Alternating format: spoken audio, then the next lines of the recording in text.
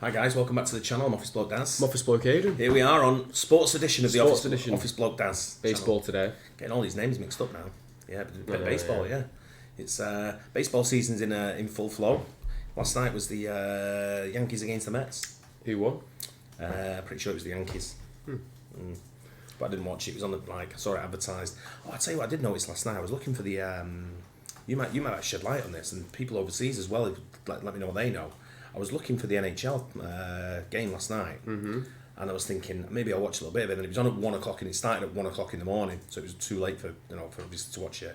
But it was on a channel called Viaplay. Never even heard of it. And I clicked on it, thinking, I'll watch that and see if I can make sure to get it. And then it says you need to subscribe for $11.99 a month to watch this channel, and you can also get the Scottish football, La Liga, really? Some kind of European basketball league, I think it said, and something else. And I was like, I've never even ice heard. hockey And NHL was on it, yeah. But I've never heard of that channel. Viaplay, VIA Play. And I was like, I've never heard of it. Unless they've changed names from something else. Maybe it was Eurosport. But I thought Eurosport was going to TNT. I wouldn't have a clue BT about any Sport, of that, to be honest. Anyway. But yeah, it's baseball was on last night. I don't know what channel we get it on over here. I think it's BT Sport or Sky Sport that show the baseball. But I noticed it was the Yankees and the Mets last night. The baseball season's back in season now. Yep. Yeah. So as you know, we like the Mets in this house. So I'm not opposed to finding any a new team team at the moment. Right. You've not got a team. No. Yeah. Okay. All right. Yeah. So we have to find you a team then, Yeah. right? Yeah. We'll find you one.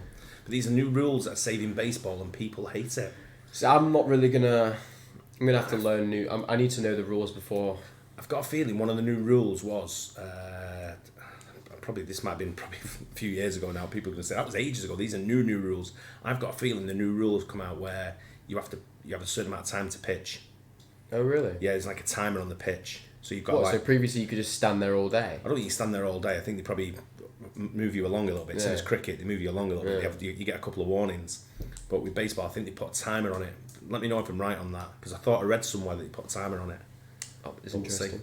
Let's see what the new rules are that's saving baseball that people don't like or hate it. This is now illegal in baseball. This is now illegal in baseball. And this is now illegal in baseball. MLB has just implemented some of the most drastic rule changes in modern sports history overnight. Rules that will cause more action, more hits, more web gems, and pretty much everything that MLB fans like, all condensed in a shorter period of time. It's also going to cause complete chaos. Pitchers like Max Scherzer have already found loopholes and have manipulated this rule so much that MLB has had to make changes within the first month. An unprecedented amount of umpires have quit, and these rules are probably a big reason why. Some players and managers hate them and have been ejected because of them. Pitchers are becoming their own catchers. It's caused the fastest strikeouts in history, caused some of the slowest pitches in history, and has caused some fans to absolutely lose their minds. I think that they should scrap it before the season starts. They are ruining the integrity of the game. These rules will change baseball for the better for years to come. But before we get to that point, it will cause complete mayhem. In September, MLB announced 3 key new rules. Shifts are now restricted. The amount of pickoffs a pitcher can make is now limited. And now, for the first time ever, there is a pitch timer. This seems pretty simple, but it's not. Because just in the first 3 days of spring training, there were 69 pitch clock violations. In the very first inning, Manny Machado was given the first one in Major League history. James Karinchak was given one because he asked for a new ball. And then, in the bottom of the 9th, with the bases loaded, 2 outs, and a full count in a tie game, the umpire called time. The pitcher thought the violation was on him. The batter thought the violation was on the pitcher, and each team both thought the Braves won the game. In reality, this violation was on the hitter, ending the game on an automatic strike, even though there were 7 seconds left on the clock. This was the right call, but a lot of people lost their minds. It's day 1 and I hate it. I hate it. I hate this new pitch clock. It's a joke. This MLB pitch count is crap.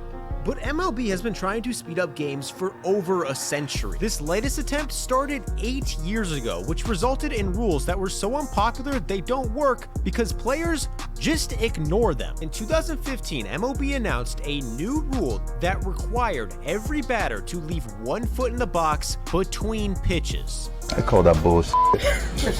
Hitters, specifically David Ortiz, hated it. I'm not gonna change my game. I don't care what they say. With exceptions to a few circumstances, if hitters failed to stay in the box between pitches, they were to be fined $500. It's only a $500 fine. Well, I might run out of money. At first, most players followed the rule while others ignored it, but as time went on, so many players started ignoring it, it seems like MLB couldn't keep up with the fines. And since Why though? Like, what? Because I get what they're doing. It's same. We have similar to cricket over here, and it takes sometimes. Snooker was another one. They've got to speed the game up, otherwise fans are going to go away. The fans are not going to watch it. I mean, I know you're going to get the die-hard fans and traditionalists who go to all sports who want it the way it's supposed to be or the way it's always been. Yeah. But if you don't speed it up, the younger generation that are coming in now, whether this is baseball, you have to let me know in the comments. I don't follow baseball enough to know, but I do know with cricket over here, they've got to implement something to speed it up and make it different formats of the game to introduce to entice the younger generation to come and watch it because it's too long, it's boring. So I don't know if it's the same with baseball, but people are saying if he's taking a step back out of the box every time he's to watch it, and by the time he's got back in, talking a few seconds have gone all the time. It's the same with cricket. They go out, they tap the wicket, you know, I can't see, let me adjust my gloves, adjust my pads, you know, and all that, and then you've got to speed it up because people are sat there going, you know, and that's why they brought in the format of the 2020 and the 100 and things like that into cricket. Not comparing it with baseball because two very different sports, but it's the same sort of like slow game that if you don't bring something in, it's going to speed it up.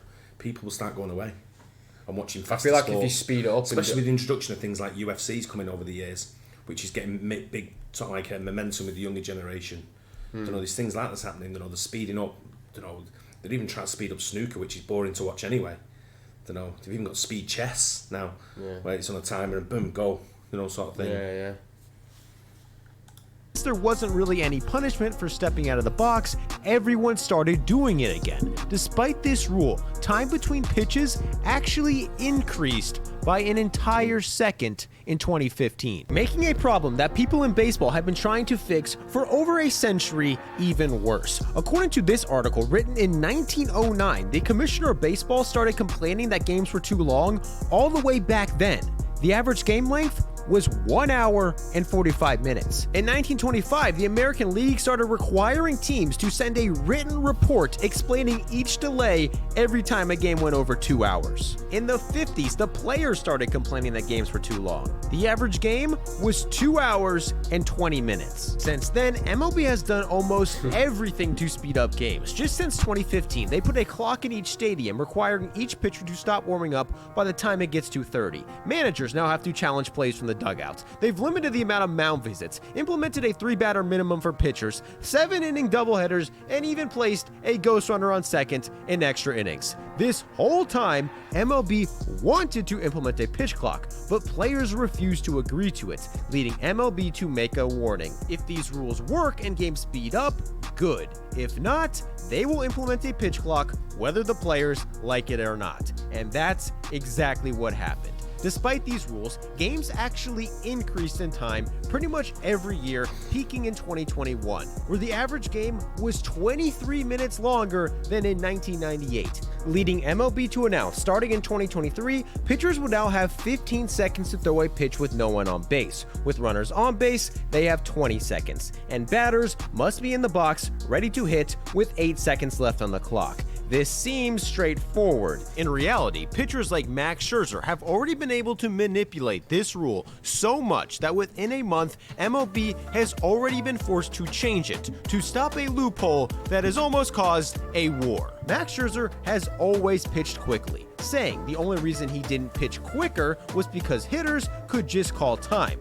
But according to the new rules, hitters are only allowed to call time once every at-bat. If not, they could just keep calling time, making the pitch clock irrelevant. So in his first spring training start, Scherzer got to the mound early and held onto the ball as long as possible, baiting hitters into calling time.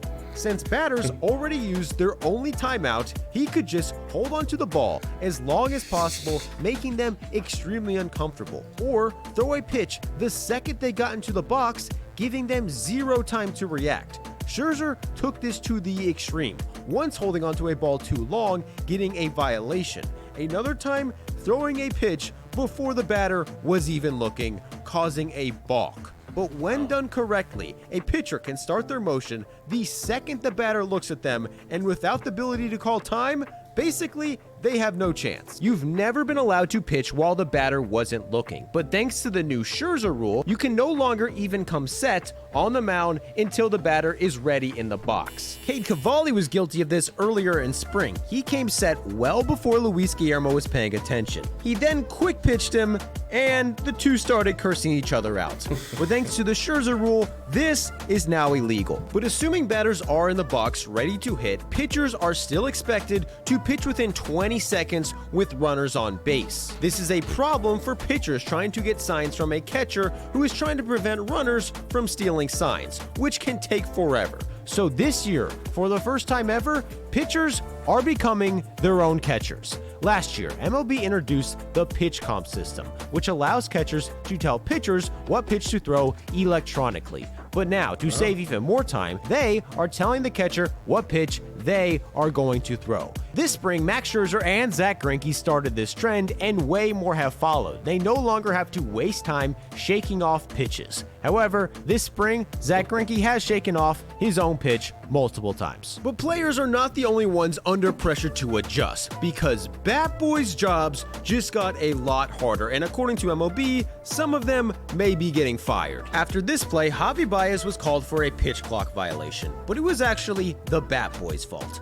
Baez wasn't in the box because he was waiting for the bat boy to leave the field. This incident led MLB to release a memo that says for the first time ever, they will be evaluating bat boys. If these evaluations show that certain bat boys are too slow, they will contact the teams and ask.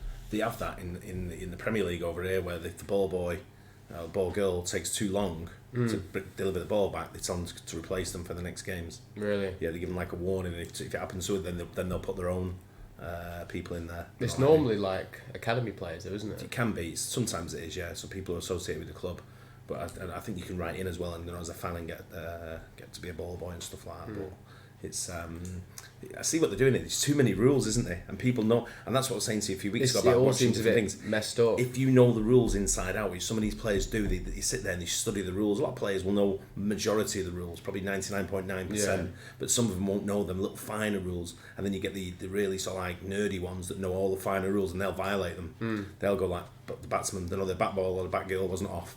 Yeah, sort of thing. So that's why I wasn't ready, because I'm waiting for them to get off the field. So there's always so many rules that you have to sort of like adhere to before that rule kicks in. But the umpires seem to be a little bit on top of it straight off the bat. Pardon the pun, but they straight off the bat from the start of the season in spring training. They were coming in and going, no violation, and all that. And you've seen the one before where the guy, no one knew with the Braves game, no one knew who the violation was against. Yeah, exactly. But I thought it was against the pitcher. Umpires just kind of against the annoy me batter. though, man. Like same in every sport, isn't it? But it's just the way they when they point at them and then tell them to get off the field. They have to do it so aggressively. Like have you ever guy seen on the field. One thing you might not have seen then, which we'll watch on? To be fair, I like this channel as well. Yeah, it's good. What's it called? Baseball has no rules or something. Did he say? I'm not. Something like that. Baseball something. Baseball doesn't exist. I think it was called. But it was. Yeah. Baseball doesn't exist. Great channel.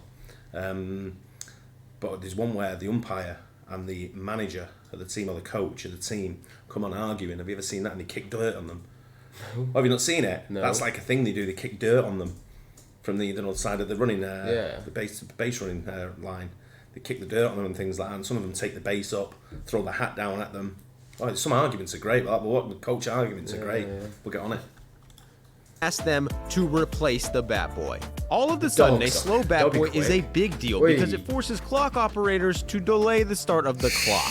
In order for the pitch clock to be effective and fair, it needs to start and end at the same time for everyone, which is why this is now illegal. MLB rules have always stated that a pitcher must come completely set before they can make a pitch. If not, it's a balk and the runner advances. Richard Blyer had never balked in his entire career, until the umpire decided he didn't pause long enough while coming set. Blyer disagreed. 2 pitches later, the umpire called another balk. Blyer disagreed again. Then, moments later, the umpire called a third balk on him.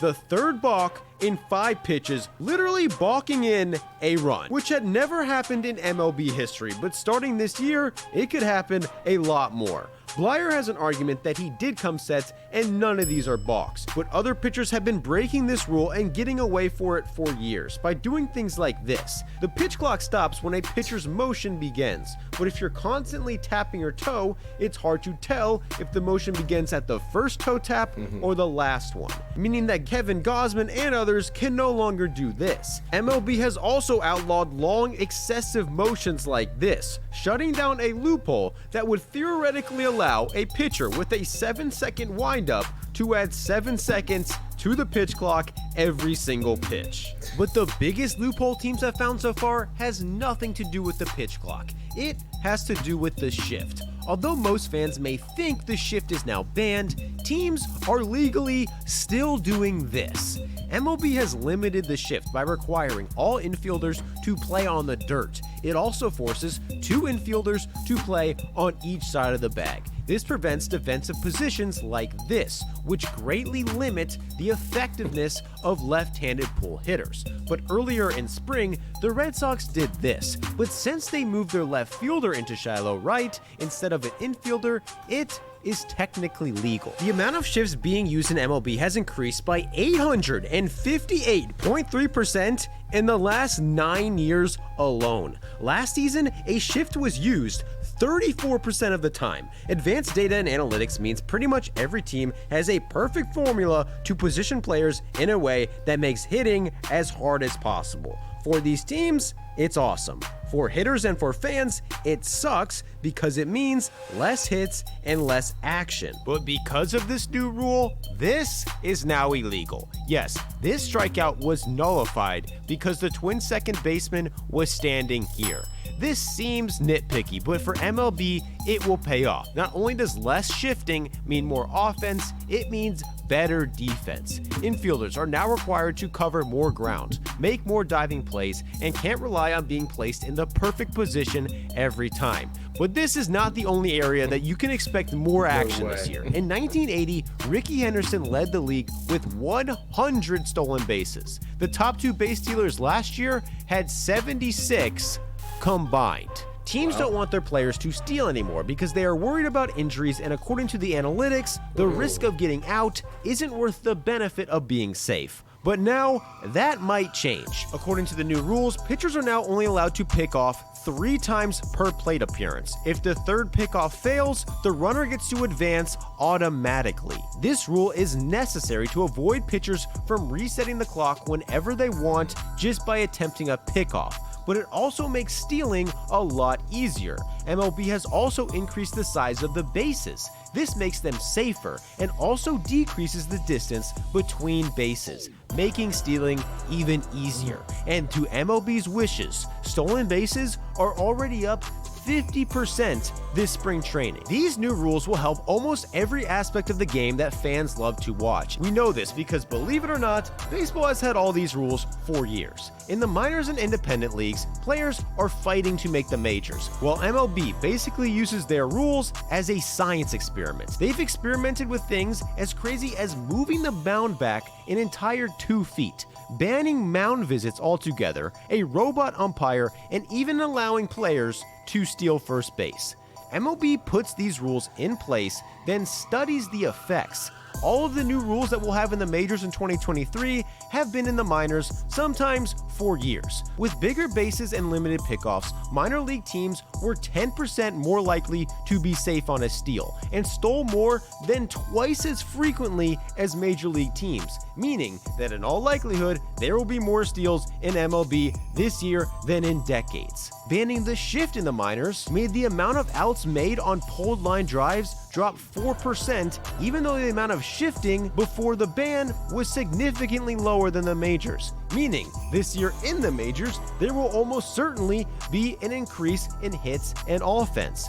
The pitch clock in the minors made games 25 minutes shorter than MLB games last season. They also saw the amount of pitch clock violations go from 1.7 violations a game in the first week to only 1 violation every 2 games within a few months once players got used to it. And perhaps the most optimistic news for MLB is that compared to last spring training, the new rules have resulted in more runs, more hits, more steals, games that are 26 minutes shorter, and have already seen the amount of violations go from 2 a game to 1 per game by the 4th week. We can't know for sure what will happen when the season starts, and without a doubt, there will be some confusion at first, but after a while, it looks like MLB will be a better league for everyone. Yeah, I see that. It's just getting used to it, isn't it, for the players and the... It's all a bit confusing, to be honest, though. It is, but it's not too dissimilar to, like I said, to cricket before. They have certain plays where you've got to stand in certain formations in the pitch, so you can only have 2 people in the boundary on the inner boundary. So when you're power play, I don't know if you've ever noticed that like little white dots they have all the way around. That's the inner boundary. Yeah. You don't call it boundary, but the inner circle. When they come through like that, and then you've got to have certain players inside that. So it encourages the big hitters to sort of like knock it over their heads, to play it through them, not play it past them. So you're getting more runs and more points in cricket than what you are. Similar to baseball, you're getting more runs when it's if the formation can't all line up to stop a left-handed hitter who's going for something, because they're all just blocking the way. He's not going to get anything unless he can do something where he can either switch it or and turn it that way. But it's interesting though, isn't it? Some good rules in there that it's going to speed up, because the game is too long. You can't have 3.5 hour games. No. Over 3 hour games. It's just too long. People get bored, and it's people drinking more. Especially if it goes into like overtime or something. I don't know if it does do that, but yeah, of course it does. Yeah. It goes into overtime, double overtime, and just keeps going. The innings just keep going on until you get a winner. So it'll go on like the 9th innings, the last one. Then you'll have 10th, 11th, and so on until you get the winner. But I remember going to a Mets game. Can't remember who they were playing, but it was one of them where it was a long game. And it was a night game, and when you going into 10, 11 o'clock at night, you're still playing. Long ass game. Remember when we watched that thing when the baseball was playing and then found out Biden was killed? No, sorry, Bin Laden. Bin Laden, yeah. It's Biden. Close. Don't know why that came to my head. Bin Laden, yeah. And the game started at like 9 and finished at like 1 in the morning. Yeah, that's right. And that was the Mets against the Phillies, wasn't it? Yeah, as well, Philadelphia. But the game's going too long, and they've got to do something. And you're going to get the purists, like I said, who love the sport, and they can't change it. It's got to be like this. It's always been like that since I was a kid. But it will speed it up and make it better. Every sport's going to get new rules constantly, really, isn't it? Especially to speed the games up. Yeah. Because people are paying, they want to see action. They don't want to see stuff that you're just going to be sat there.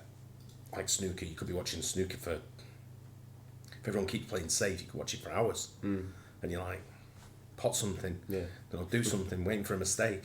But it's again one of them sports where you've got to be really, really into it to watch it for any length of time. Yeah, well, I really enjoyed that channel. I think that channel could be your go-to channel to learn a bit about it. So anyway, I hope you guys enjoyed it as well. Don't forget to subscribe as well, and we'll catch you on the next one. Cheers.